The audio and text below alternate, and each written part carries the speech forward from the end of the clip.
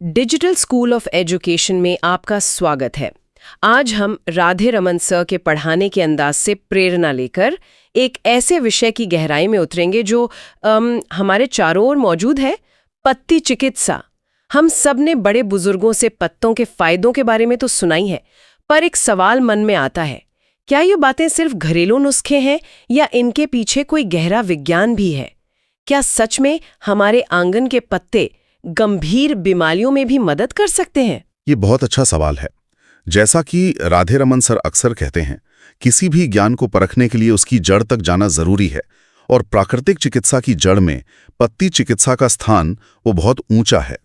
ये सिर्फ नुस्खे नहीं हैं, बल्कि शरीर को अंदर से साफ करने और उसे ठीक करने का एक शक्तिशाली तरीका है।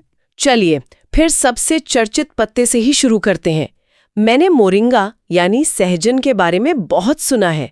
इसे मिरेकल ट्री भी कहते हैं। क्या ये सच में इतना चमत्कारी है? हाँ, और इसके पीछे की वजह है इसका असाधारण न्यूट्रिशन प्रोफाइल। पारंपरिक ग्रंथों में तो इसका जिक्र लगभग 300 बीमारियों के इलाज में मिलता है, क्योंकि इसमें कैल्शियम, आयरन, पोटेशियम से लेकर लगभग सभी पोषक तत्व भरपूर मात्रा में हैं।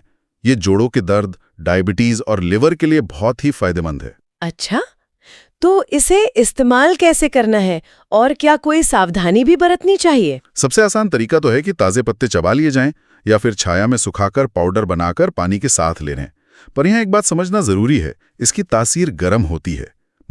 जिन लोगों के शरीर में गर्मी ज्यादा बनती है या जिन्हें हाइपर एसिडिटी है, उन्हें इसका इस्तेमाल थोड़ा कम करना चाहिए।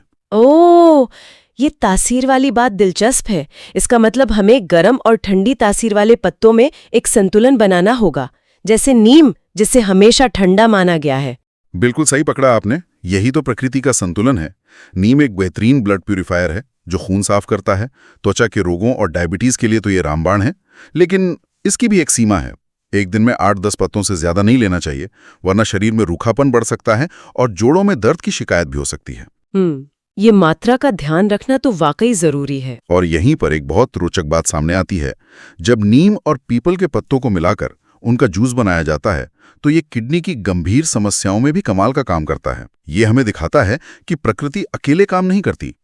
नीम और पीपल का संयोजन वो एक सिम्फनी की तरह है, जहां दोनों मिलकर एक ऐसा असर पैदा करते हैं जो अकेले शायद मुमकिन नहीं। ये तो अद्भुत है। क्या इसी तरह कुछ और पत्ते भी हैं जो खास समस्याओं जैसे हृदय रोग या महिलाओं से जुड़ी परेशानियों के लिए ज्यादा कारगर हो? हाँ बिल्कुल। जैसे बेलपत्र है, उसकी तासीर ठंडी होती है, तो वो हाई बीपी और पेट के अल्सर में राहत देता है। वहीं शीशम के पत्ते महिलाओं की समस्याओं के लिए बहुत असरदार हैं और शरीर की सूजन भी कम करते हैं। और बालों के लिए मैंने गुड़हल के बारे में सुना है। गुड़हल के फूल और पत्ते दोनों ही बालों के लिए संजीवनी है। ये शरीर में कोलेजन को भी बढ़ाता है, जो हमारी त्वचा के लिए यूं समझिए कि एक गोंद की तरह काम करता है, उसे जवान बनाए रखता है। इसकी चाय बनाकर पी जा सकती है।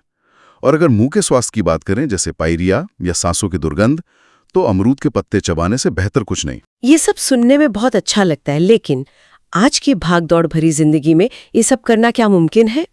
और इसका सही तरीका क्या है ताकि फायदे की जगह नुकसान न हो जाए? आपका सवाल बहुत वाजिब है। देखिए, सबसे पहला और जरूरी सिद्धांत है, कोई भी चीज जरूरत से ज्यादा नहीं लेनी चाहिए। ये औषधियां हैं, भोजन नहीं। दूसरा, प्रकृति का सम्मान करें। किसी के घर से पत्ते लेने से पहले इजाजत जरूर लें। और आखिर में सुरक्षा। पत्तों को हमेशा धूल मिट्टी से बचाने के लिए इस्तेमाल से पहले अच्छी तरह धो लें। तो आज की चर्चा का सार ये है कि प्रकृति ने हमें एक अद्भुत औषधालय तो दिया है, लेकिन उसका ताला खोलने के लिए ज्ञान और सम्मान, दोनों चाबियों की जरूरत है। बिल्कुल। और ये हमें एक गहरे सवाल पर सोचने के लिए छोड़ जाता है।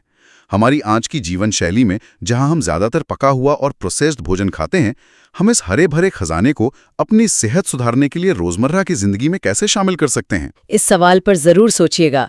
डिजिटल स्कूल ऑफ एजुकेशन के साथ सीखते रहें।